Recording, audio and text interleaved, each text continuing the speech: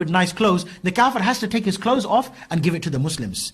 The kafir, when he walks inside the street, he has to wear a red belt around his neck, and he has to have his forehead shaved, and he has to wear two shoes which are different from one another. He's not allowed to walk on the pavement. He has to walk in the middle of the road, and he has to ride on a mule.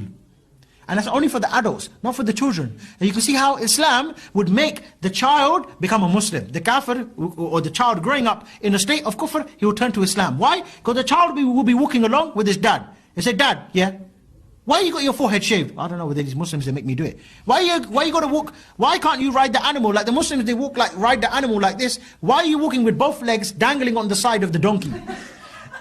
Why is it every time the Muslim comes to you, he asks you for your clothes, you give it? Why is it every time he tells you to get down from the horse, you have to take it? And not only that, he said the kuffar, they can have their churches.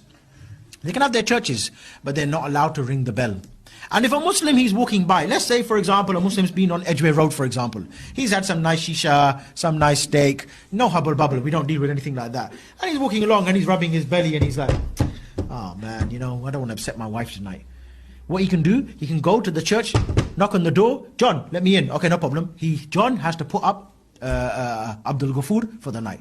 Abdul Ghafoor with his big belly, having his nice kebab. John has to open up the church and he has to go there and sleep there nice and comfortable and say, "All right, John, thank you," and then carry on going early in the morning. Which wife is going to live with John under that type of circumstances?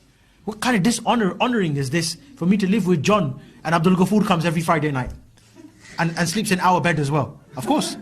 Because sunnah is to look after the guest, isn't it? I can't make you sleep on my floor if you can't. You're a Muslim, by the way. So what about when Abdul Ghafoor goes to John's house? John, sleep on the floor, and I'll sleep on the bed. What's going to happen? Tracy's going to be on the floor thinking, "My husband, he's got a forehead shaved, and this one, look at this one, khatab, mashallah." Which one's more attractive? We're not gay, but I'm just saying. A man with his forehead shaved and one belt around his neck and two different colored shoes, or Amir Khattab.